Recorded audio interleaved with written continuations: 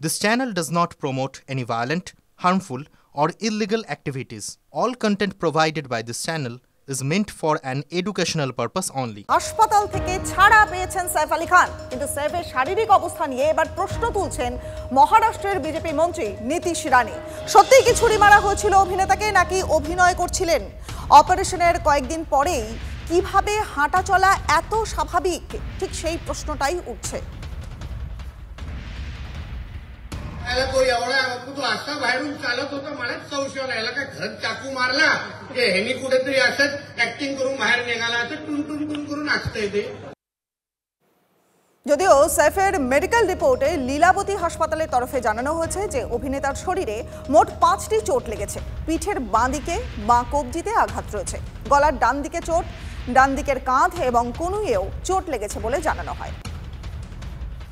সাইফের হাসপাতালে ভর্তি হওয়ার সময় নিয়েও কিন্তু প্রশ্ন উঠছে। অভিনেতার অ্যাডমিশন রিপোর্টে হাসপাতালের তরফে জানানো হয়েছে যে 16ই জানুয়ারি ভোর 4:11 ভর্তি করা হয়েছিল তাকে। সাইফের বন্ধু আশরাফ জাইদি ভর্তি করিয়েছিলেন হাসপাতালে। পুলিশ সূত্রের খবর যে রাত 2:30 নাগাদ এই হামলা করা হয়। মিনিট 15তেই অটো চালক হাসপাতালে নিয়ে যান তাকে। মাঝরাতে হামলা, ভোরে কেন হাসপাতালে ভর্তি করা হলো? 1 ঘন্টা 41 মিনিট কেন লাগলো হাসপাতালে নিয়ে যেতে, এই প্রশ্নটাও উঠছে। হাসপাতাল থেকে ছাড়া পেয়েছেন সাইফ আলী খান, তার শারীরিক অবস্থা নিয়ে কিন্তু এবার প্রশ্ন উঠছে, কারণ প্রশ্ন তুলছেন মহারাষ্ট্রের বিজেপি মন্ত্রী নীতিশ রানে। তার বক্তব্য আপনারা শুনলেন। প্রশ্নটা এরকমই যে সত্যি কি ছুরি মারা হয়েছিল অভিনেতাকে, নাকি দক্ষ অভিনেতাও অভিনয় করছিলেন? ঠিক অপারেশনের কয়েকদিন পরেই, এই 5 দিনের মধ্যেই কিভাবে হাঁটা চলা এত স্বাভাবিক হবে, কিভাবে এত স্বাভাবিকভাবে তিনি চলাফেরা করছেন, ছবি দেখছেন এই মুহূর্তে আপনারা, সেই প্রশ্ন কিন্তু উঠছে। নীতিশ রানে এই প্রশ্ন তুলছেন। আর সাইফের মেডিকেল রিপোর্ট লীলাবতী হাসপাতালের তরফে জানানো হচ্ছে যে অভিনেতার শরীরে মোট 5টা চোট রয়েছে। সেই চোটগুলো কি বললাম, কিন্তু পাশাপাশি সাইফের হাসপাতালে ভর্তি হওয়ার সময় নিয়ে, ঠিক সময় কখন ভর্তি করা হয়েছিল তাকে, তাই নিয়েও প্রশ্ন উঠছে। কারণ তার অ্যাডমিশন রিপোর্টে হাসপাতালের তরফে বলা হচ্ছে যে 16ই জানুয়ারিতে ভোর 4:11 ভর্তি করা হয়েছিল তাকে। তার বন্ধু আশরাফ জাইদি তিনি ভর্তি করিয়েছিলেন হাসপাতালে। আর পুলিশ সূত্রের খবর যে রাত 2:30 নাগাদ এই হামলা চালানো হয়েছিল, অর্থাৎ মিনিট 15-র মধ্যেই অটো চালক হাসপাতালে তাকে নিয়ে যান। মাঝরাতে হামলা ঘটলো, কিন্তু ভোরবেলা কেন হাসপাতালে ভর্তি? আমাদের সহকর্মী জ্যোতির্ময় কর্মকার সরাসরি রয়েছেন আমাদের সঙ্গে। যদি অনেকগুলো প্রশ্ন উঠে আসছে সাইফ আলী খানের উপরে এই হামলা এবং তার এই ছাড়া পাওয়াকে নিয়ে এবং তার শারীরিক অবস্থা নিয়ে, এবার মহারাষ্ট্রের বিজেপি মন্ত্রী নীতিশ রানে তিনিও প্রশ্ন তুলছেন। দেখো, তার পাশাপাশি কিছুক্ষণ আগেই সঞ্জয় নিরুপম, আরেক সিনিয়র মন্ত্রী, তিনিও একই ধরনের প্রশ্ন করছেন এবং প্রশ্নগুলো যে জায়গা থেকে উঠে আসছে তা হচ্ছে সাইফ আলী খানের পরিবার হাসপাতালে যাওয়ার পরে বা পুলিশের সামনে যে বয়ান তারা দিয়েছিল, সংবাদ মাধ্যমে প্রথম যে বয়ান এসেছিল এবং এই মুহূর্তে দাঁড়িয়ে যে মেডিকেল রিপোর্ট এসছে সেখানে যা যা উল্লেখ রয়েছে তাতে কিন্তু কিছুটা ডিসক্রিপেন্সি দেখা যাচ্ছে। একদম প্রথমত যে কে নিয়ে এসেছিল সাইফ আলী খানকে হাসপাতালে, সেখানে হাসপাতালে যে কথা লেখা রয়েছে তুমি ঠিক যেমনটা জানালে যে সাইফ আলী খানের বন্ধুর কথা উল্লেখ রয়েছে মেডিকেল রিপোর্টে, সেই রিপোর্টের সঙ্গে কিন্তু বাড়ির লোকের বয়ান সম্পূর্ণভাবে অন্য। তার পাশাপাশি যে বিষয়টি সব থেকে বেশি সন্দেহের জায়গা তৈরি করছে তা হচ্ছে যে সাইফ আলী খানের বাড়ির যার মধ্যে একেবারে ঢুকে পড়লেন, 11th ফ্লোর পর্যন্ত পৌঁছে গেলেন, ঠিক স্ট্র্যাটেজিক লোকেশন গুলোতে সিসিটিভি কাজ করলো না। এটা অত্যন্ত গুরুত্বপূর্ণ। এই ব্যক্তিকে ঘরের মধ্যে বন্ধ করে রাখা হলো, তারপরও সে ঘর থেকে বেরিয়ে চলে গেল। তোমার আমার ঘরের ভেতরে যদি কাউকে বন্ধ করে দেওয়া হয় সেক্ষেত্রে কিন্তু ঘরের দরজা বন্ধ করে দেওয়ার পরে বেরিয়ে যাওয়ার রাস্তা থাকে না। সেক্ষেত্রে সাইফ আলী খানের বাড়ি থেকে একজনকে ঘরের ভেতরে দরজা বন্ধ করে দেওয়ার পরও সেই ব্যক্তি পালিয়ে গেল। তার পাশাপাশি বাংলাদেশ থেকে আরেকটি খবর আসছে, যে খবর কিন্তু নতুন করে আরো বেশি চাঞ্চল্য তৈরি করছে। যাকে গ্রেপ্তার করা হয়েছে অর্থাৎ শরীফুলের বাবা, তিনি বাংলাদেশে দাবি করেছেন যে সাইফ আলী খানের বাড়ির যে ভিডিও দেখা যাচ্ছে, অর্থাৎ সিঁড়ি দিয়ে যে ব্যক্তি নেমে যাচ্ছে সেই ব্যক্তি আর তার ছেলে এক নয়।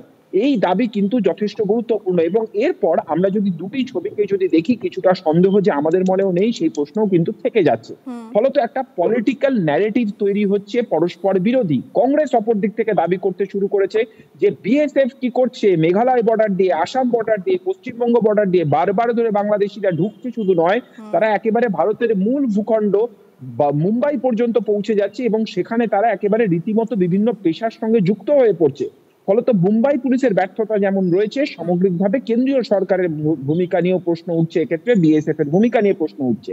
আর এই ন্যারেটিভকে কাউন্টার করার জন্যই সরাসরি ভাবে সাইফ আলী খানের ইনজুরি নিয়ে সরাসরি কতটা যৌক্তিকতা রয়েছে তা নিয়ে প্রশ্ন তুলছে সেখানকার মহারাষ্ট্রের বিজেপি সহ সরকারে থাকা শিবসেনা। এই মুহূর্তে দাঁড়িয়ে কিন্তু একটা রাজনৈতিক বিরোধ কার্যত তুঙ্গে রয়েছে। একেবারে যদি অনেকগুলো প্রশ্ন সামনে উঠে আসছে, তদন্তে তার উত্তর অবশ্যই পাওয়া যাবে নিশ্চয়ই। অনেক ধন্যবাদ তোমায়, তুমি নজর রাখো।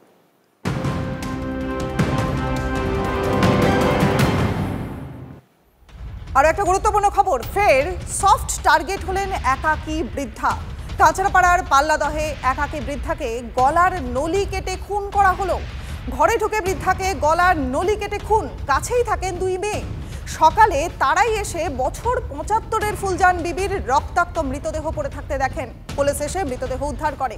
কিন্তু এই আততায়ী কে, কেন খুন করা হলো বৃদ্ধাকে, জানবো। আমাদের সহকর্মী অনন্ত এই মুহূর্তে রয়েছেন আমাদের সঙ্গে। অনন্ত, ৭৫ বছর বয়সী একজন বৃদ্ধা, তাকে কেন খুন করা হবে, মোটিভ কি? এইটাই নিয়ে কিন্তু পুলিশের মধ্যে এক রহস্যের দানা বাজছে যে মহিলাকে তাহলে কি সম্পত্তির জন্য কেউ মেরে গেল? আর এই বৃদ্ধা মহিলা, তিনি ৭৫ বছরের বৃদ্ধা মহিলা, তিনি বাড়িতে একাই থাকতেন।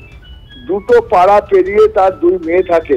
মেয়েরা খবর পেয়ে ছুটে এসে দেখে মার গলার নলি কাটা অবস্থায় ঘরের মধ্যে পড়ে আছে। তারা বলছেন তাদের কোনো শত্রু নেই, তাদের মায়ের কোনো শত্রু নেই, তাহলে কে খুন করে গেল? এই নিয়ে কিন্তু পুলিশ ধন্দে রয়েছেন। যদিও জেঠিয়া থানার পুলিশ তারা তদন্ত শুরু করেছেন এবং গতকাল রাতে মেয়ে বাড়ি থেকে চলে যায়, তার বড় মেয়ে, এবং তার সাথে দীর্ঘক্ষণ কথা বলে। আজকে সকালে তার মার এই ঘটনা শুনে তারা ছুটে আসে। এর মধ্যে তাদের কোনো আত্মীয় বা পরিবার জড়িত আছে কিনা বা সম্পত্তির জন্য কোনো ঘটনা এটা ঘটেছে কিনা সেটা তদন্ত করে দেখছে জেঠিয়া থানার পুলিশ। বেশ, অনেক ধন্যবাদ অনন্ত।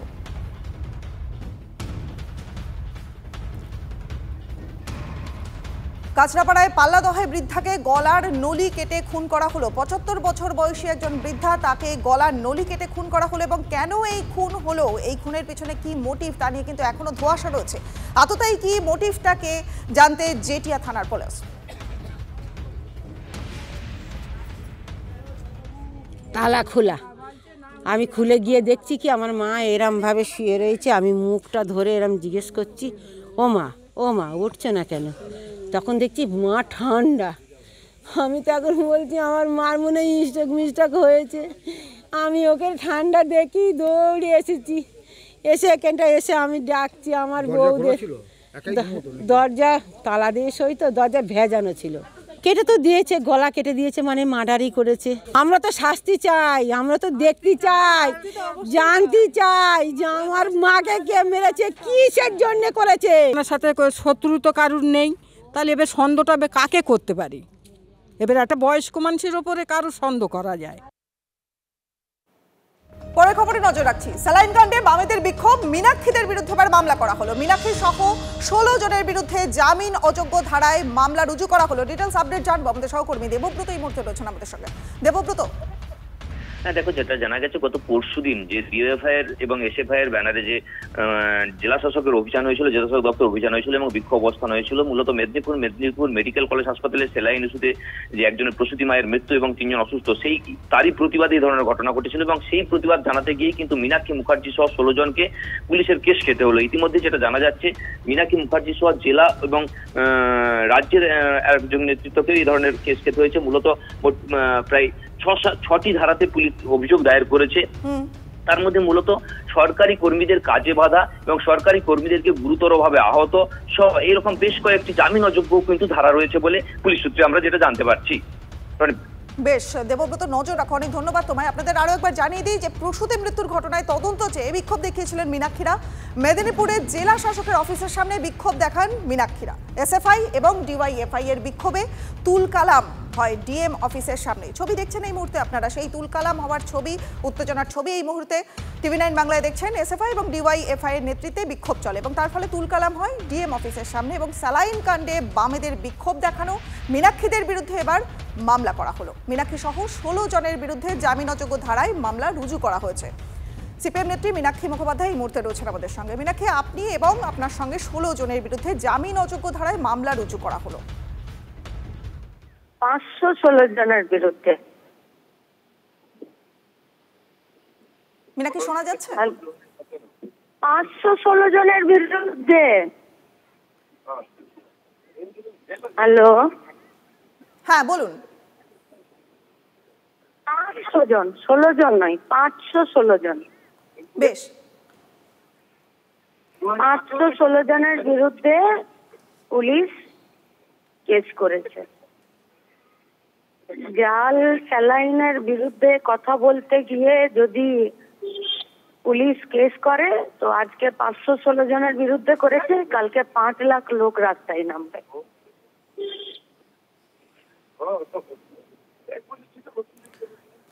বেশ, অনেক ধন্যবাদ মীনাক্ষী আপনাকে। কথা বললাম মীনাক্ষী মুখোপাধ্যায়ের সঙ্গে, সিপিএম নেত্রী মীনাক্ষী মুখোপাধ্যায়। তিনি বললেন যে 516 জনের বিরুদ্ধে কিন্তু জামিন অযোগ্য ধারায় মামলা রুজু করা হয়েছে।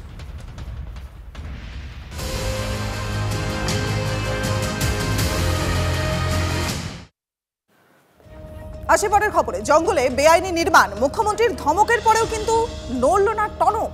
উত্তর খুঁজতে ময়দানে TV9 বাংলার প্রতিনিধিরা। জঙ্গলের ভিতরে বেআইনি নির্মাণ করা যাবে না, ঠিক এমন কথাই সাফ জানিয়ে দিয়েছিলেন মুখ্যমন্ত্রী মমতা বন্দ্যোপাধ্যায়। মুখ্যমন্ত্রীর নির্দেশের পরে আদৌ কি থামবে এই নির্মাণ কাজ? ঠিক কি বলেছিলেন মুখ্যমন্ত্রী মমতা বন্দ্যোপাধ্যায়, চলুন প্রথমেই শুনবো।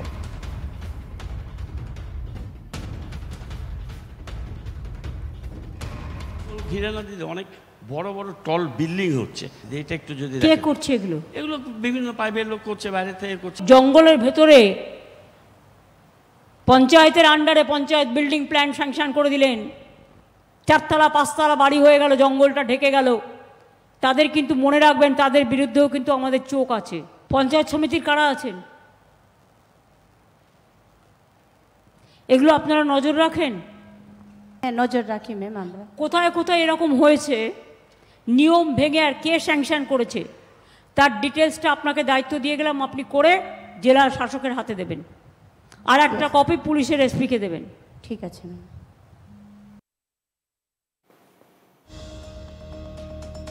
পরিবেশ আদালতের নির্দেশ তোয়াক্কা না করে নির্মাণ কাজ চলছে লাটাগুড়ি চালসা এলাকাতে। এখনো পর্যন্ত টিয়াবন এলাকায় জঙ্গল থেকে 20 মিটার দূরত্বে জাতীয় সড়কের পাশেই রিসর্ট তৈরির কাজ চলছে, জানিয়ে তৈরি হয়েছে বিতর্ক। শিলিগুড়ির মেয়র গৌতম দেব তিনি নিজেও মুখ্যমন্ত্রীর প্রশাসনিক সভায় এই বিষয়টাকে তুলে ধরেছেন। মুখ্যমন্ত্রীর নির্দেশের পরে কি আদৌ কাজ হবে, সেই প্রশ্নই এখন ঘুরপাক খাচ্ছে ডুয়ার্সের আকাশে। বিডিও এবং পরিবেশ প্রেমী তারা কি বলছেন শুনবো। ওটা আমরা জেলাকে জানিয়েছি, জেলার কাছ থেকে আমরা রিপোর্ট চেয়েছি যে ওটা পারমিশন কারেন্ট থেকে নেওয়া হয়েছে। যেহেতু বড় পারমিশন জেলা পরিষদের এন থেকে নেওয়া হয়, আমরা জিজ্ঞাসা করেছি, ওনাদেরকে কোয়েরি করেছি যে ওরকম কোনো পারমিশন এই এলাকায় দেওয়া হয়েছে কিনা, সেটা আমরা কোয়েরি জানিয়েছি। এবার সেটা আমরা রিপ্লাই পেলে আমরা জানতে পারবো যে আদৌ কোনো পারমিশন নেওয়া আছে নাকি পুরোপুরি ইলিগাল, মানে কোনো উইদাউট পারমিশন এটা কনস্ট্রাকশন হচ্ছে।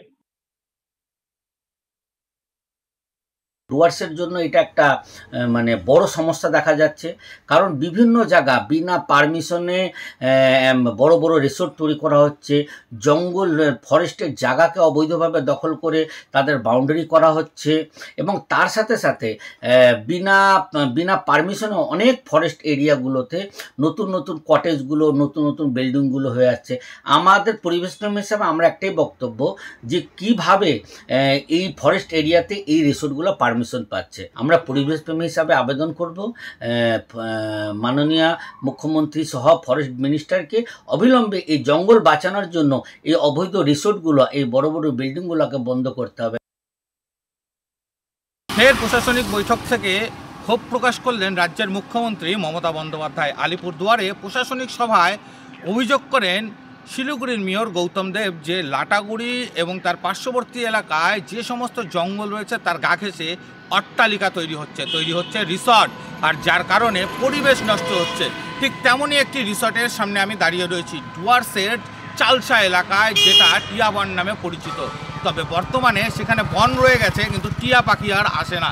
ঠিক আমার বাঁদিকে জঙ্গল, এবং সেই জঙ্গলের একেবারে ঢিলছোড়া দূরত্ব এই জাতীয় সড়ক থেকে একেবারে ঢিলছোড়া দূরত্বে তৈরি হয়েছে অট্টালিকা, এবং এখনও কাজ চলছে। এবং প্রশ্ন উঠছে কিভাবে এই অবৈধ নির্মাণগুলি হচ্ছে। এলাকাবাসী এবং পরিবেশপ্রেমীরা দাবি করছেন যে সমস্তটাই অবৈধ, কারণ জঙ্গলের গা ঘেঁষে এভাবে রিসর্ট তৈরি করা যায় না। তাহলে কিভাবে একের পর এক অট্টালিকা ইমারত গড়ে উঠছে জঙ্গলের গা ঘেঁষে, নষ্ট হচ্ছে পরিবেশ, এমনকি হাতিদের যে করিডোর রয়েছে তাও প্রভাবিত হচ্ছে বলেও দাবি তুলেছে পরিবেশ প্রেমীরা। এখন দেখার বিষয় এই খবর সম্প্রচারের পরে বন দপ্তর কী ধরনের পদক্ষেপ নেয়। ডুয়ার্সের চালসা থেকে রনি চৌধুরী, TV9 বাংলা। জঙ্গলের গা ঘেঁষে এভাবে রিসর্ট তৈরি করা যায় না, পরিবেশ নষ্ট হবে। কিন্তু জঙ্গলের গা লাগোয়া এলাকা, সেখানে রমরমিয়ে গুজে উঠছে রিসর্ট। চিলাপাতা জঙ্গল সংলগ্ন এলাকা, সেখানে হোমস্টের নাম হারিয়ে চলছে রিসর্টের ব্যবসা। খবর পেয়ে কড়া মুখ্যমন্ত্রী, বিল্ডিংয়ের প্ল্যান যেন পঞ্চায়েত থেকে না দেওয়া হয়। এবার কড়া নির্দেশ দিলেন মুখ্যমন্ত্রী। আদিবাসীদের জমি কোনোভাবেই নেওয়া যাবে না, সতর্ক বার্তা মুখ্যমন্ত্রী মমতা বন্দ্যোপাধ্যায়ের। এই রিসোর্টগুলো কারা করছেন? যারা মানে দূর দূর থেকে এসেছেন, কলকাতা বা দিল্লি, কোথায় বোম্বাই, এখানকার যারা যারা মানে বড় বড় লোক জমিন কিনেছেন তারা রিসোর্ট করছে। রিসোর্ট কিন্তু হোম স্টে নাম দিয়েছে, তো ফরেস্টের ভিতরে তো এরকম হয় না। আমার ঠিক পেছনেই কিন্তু রয়েছে একটা হোমস্টে নতুন করে তৈরি হচ্ছে। মুখ্যমন্ত্রী গতকাল যে ঘটনার কথা বলছেন বারবার, যে হোমস্টে তৈরি করা হচ্ছে, জঙ্গলের পাশে বিভিন্ন রিসোর্ট তৈরি করা হচ্ছে, গৌতম দেব থেকে শুরু করে বিভিন্ন লোকেরা যে বক্তব্যগুলো বলছেন যে বহুতল তৈরি হয়ে যাচ্ছে এই জঙ্গল লাগোয়া জায়গায়, সেগুলোর উপর নিয়ন্ত্রণ আনতে হবে, এটাই কিন্তু একটা নতুনভাবে তৈরি হচ্ছে। দেখা যাচ্ছে এই সেই বিল্ডিং, এটা হোমস্টে না রিসোর্ট, এটা কিন্তু দেখে বোঝার কোনো উপায় নেই। কার্যত চিলাপাতার ভেতরে বিশেষ করে আদিবাসী সম্প্রদায়ের যে জায়গা, সেই জায়গাগুলোতে লিজে নিয়ে কোথাও, আবার কোথাও তাদেরকে পার্টনারশিপে নিয়ে তৈরি হয়েছে কিন্তু এই সমস্ত রিসর্ট বা হোমস্টে। হোমস্টের আদলে আসলে কিন্তু চলছে রিসর্টের ব্যবসা। চিলাপাতা থেকে ক্যামেরায় বাপিদের সাথে সুমন কল্যাণ ভদ্রের রিপোর্ট, TV9 বাংলা। আজও যাত্রী ভোগান্তি অব্যাহত রয়েছে বালি ব্রিজে। বাস ধরতে সাধারণ মানুষকে যাতে লম্বা রাস্তা হাঁটতে না হয়, তার জন্য বালি হল স্টেশন এবং জাতীয় সড়কের মাঝে পাঁচিল কেটে রাস্তা তৈরি করা হচ্ছে। কিন্তু তাতে আদৌ সমস্যার সমাধান হচ্ছে কিনা তা নিয়ে প্রশ্ন থেকেই যাচ্ছে। পথ চলতে অনেকেই বুঝে উঠতে পারছেন না যে কোন জায়গা দিয়ে রাস্তা পারাপার করতে হবে। বালি হল্টে মাইকে প্রচার করে রাস্তার ডাইভারশন বোঝানোর চেষ্টা চলছে, লাগানো হয়েছে ব্যানারও। মোতায়েন প্রচুর র্যাফ এবং হাওড়া সিটি পুলিশ। দাদা কোথা থেকে আসছে? এই তো বালিতে, এই তো সামনে। গাড়ি চলছে? না না, গাড়ি চলছে না একেবারে। দাদা একটু কথা বলুন। কোন্নগর থেকে। কোথায় যাবেন? আমি যাবো হচ্ছে পাইপপাড়া। এই যে গাড়ি চলাচলের সমস্যা হচ্ছে, কতটা ভোগান্তি? হ্যাঁ, তো ভোগান্তি আছে। অসুবিধা তো কাল থেকে প্রচুর হচ্ছে, দেখতেই পাচ্ছেন। কালকে তো ওখানে হয়তো ঝামেলা কিছু হয়েছে, নেট ক্রস করে লোক আসছিল, এবার তারপর আজকে খুলে দিয়েছে। আজকে তো এই যে বাসের পিছনে দৌড়ে দৌড়ে ছুটে ছুটে কম্পিটিশন করে উঠতে হবে। আমাদের খুবই প্রবলেম হচ্ছে। 2.5-3 কিলোমিটার হেঁটে গিয়ে ওই তার পার করে, তার কেটে দিয়েছে, ওইটা পার করে আবার আমরা বাসে উঠেছি। সকালবেলা যখন উঠলাম এখানে সিভিক জিজ্ঞেস করলাম, বললো এই পাশেই কেটেছে। এই পাশ থেকে বলে সেই ডানকুনি ওই যে যাবার যে টোল আছে, টোল ছাড়িয়ে ওইখানটা যে ওই রাজচন্দ্রপুর যেটা, ওইখানটা আনুমানিক 3 কিলোমিটার তো বটেই।